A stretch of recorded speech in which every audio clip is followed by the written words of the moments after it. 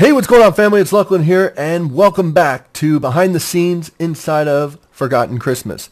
Now, today I'm going to show you guys how to... First of all, we're going to use some teleporters. So let's go ahead and we want to go to Jack Frost's house. Where's Jack Frost? Generator, Jack Frost's house, right here. Hit this, and now we're underneath Jack Frost's house. This is... Now, let me explain what this is exactly down here. Okay, so you see we have the minecart going here, and let me give you guys a little tip on some things with minecarts and repeaters and stuff like that if you're trying to make a pulsar. If you create a pulsar with a repeater, there's some weird bug or something that happens that causes the repeater to stay on constantly. If you get if you get away from the repeater itself, long distance away from it, for some reason it causes it to stay on. It's a glitch, and it just happens. But if you don't use any repeaters in the pulsar whatsoever, the repeater, the more chance of the repeater, it works. It works just fine, and it doesn't lock up. Now what's going to happen here is this is actually triggered off right now. This would usually be on, and what this is this is the boundary. For those of you that have noticed, and we'll go outside, and I'm going to reset it again anyways.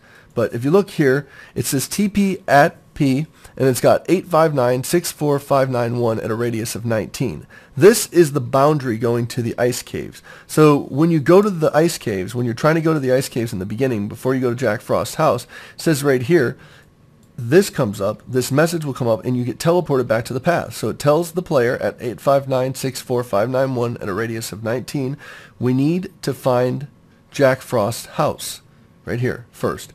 Once that comes up, it gives you the, it says, oh, I got to find Jack Frost's house. Once you find Jack Frost's house, there is, let's go up here, show you guys. Let's get up here, and we'll break through here, and come up this way here. Come on, get up there.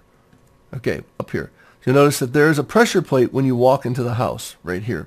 When you hit this pressure plate, it causes the redstone down there to trigger, and it removes that boundary and lets you go to the ice caves. So I'm going to show you guys, and it also opens the door too, so it kind of serves a double purpose. So what we're going to do is we're going to go over here and I'll show you guys something else. Let's see. Okay, so when you spawn right here. You spawn to Jack Frost's house, Christmas Village, and then we have the ice caves over there. So let's go over here and show you guys this. So if you're walking this way, if you're trying to get out of this area, and you're walking along these trees here, watch what happens. So we're going to run up, whispers to you, turn around, and go back. There are boundaries set in the map in a few different places. I'm going to show you the brain system of the boundaries. So if we come along here, I think it's right here. Okay, right here, look. Now this pulsar right here works because you spawn right over there next to the wall over that way. So this works just fine. This never stops. So all this right here, let's go through this. You can see that these are the boundaries, and these are the texts that it says. Turn around and go back, and no, no, no, get off the wall. There's boundaries on the wall up top inside of Santa's village. So if you get up on the wall by chance and you get up there, it'll teleport you back down to the Christmas tree. Just kind of put these in because you want to put these type of things in an adventure map. And you also notice too that the whole, all the way around the whole entire area that the player walks in is too high. So they can never get up and they can never climb into the mountains. And that was done on purpose so people couldn't get over where we didn't want them to go until it was time. So yeah, that's how that works. And like I said, this boundary right here is already disabled. So we can go here now to the ice caves. Just like so. And yeah, that's how that works. Alright, so now let's go into, and I'll explain something else too. We're going to go into the ice caves and I'll show you. Let's go back here and right here. So you see there's a save point. I put save points in different spots that I felt save points needed to be. So if you dig this out, all you have to do is this. /spawn point at P 840-68530. You make sure it's right in front of wherever you want the save point to be, and make sure it's above ground, because if it's not, it will not work. The save point will not work at that point. So let's go ahead and cover that back up. If you notice, I put the save points in different areas. So let's go along here, and there's another save point down there. We'll fly over this, and we'll come down here. And let's go through here.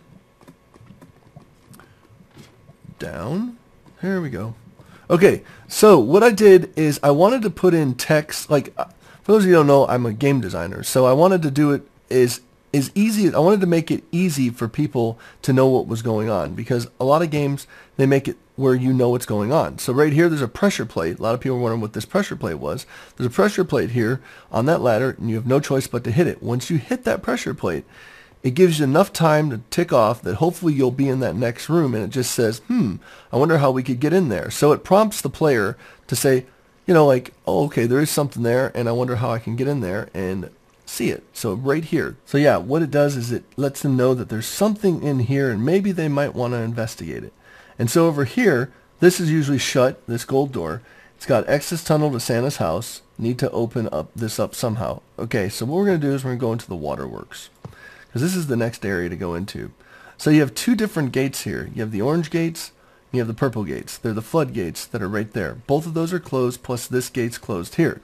The purpose of this is to build up the water pressure in order to restore the generator, part of the generator, the coolant system one of part of the generator. Now, here's something for those of you who played the map. That's a secret. So come over here, dig this out, and show you how this works back here.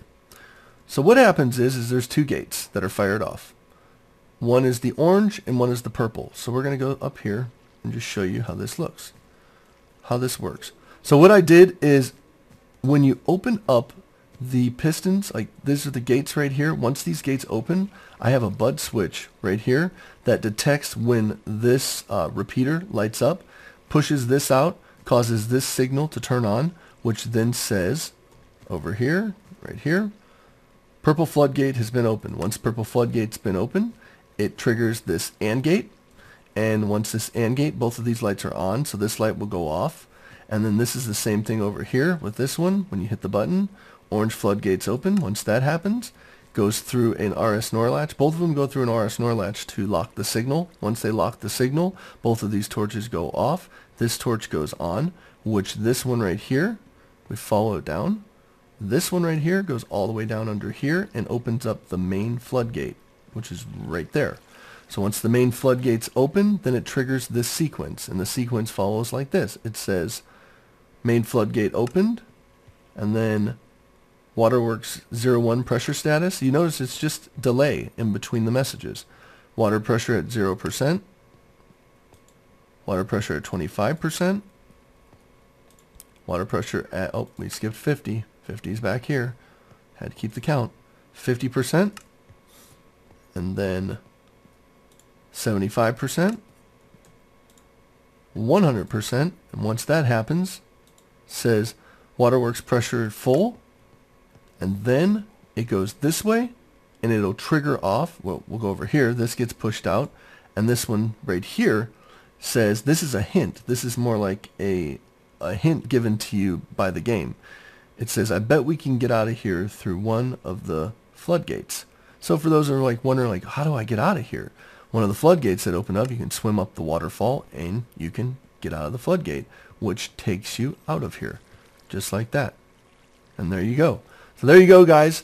That is an explanation from Jack Frost's house all the way to the Waterworks 01. Hope you guys are enjoying these videos. I hope you're learning something from them. And if you get a chance, please feel free, check out my Command Blocks is Awesome series, because it explains this stuff a lot more in depth. And yeah, so remember guys, give it a thumbs up if you like this. I'll talk to you later. I'm out. Bye.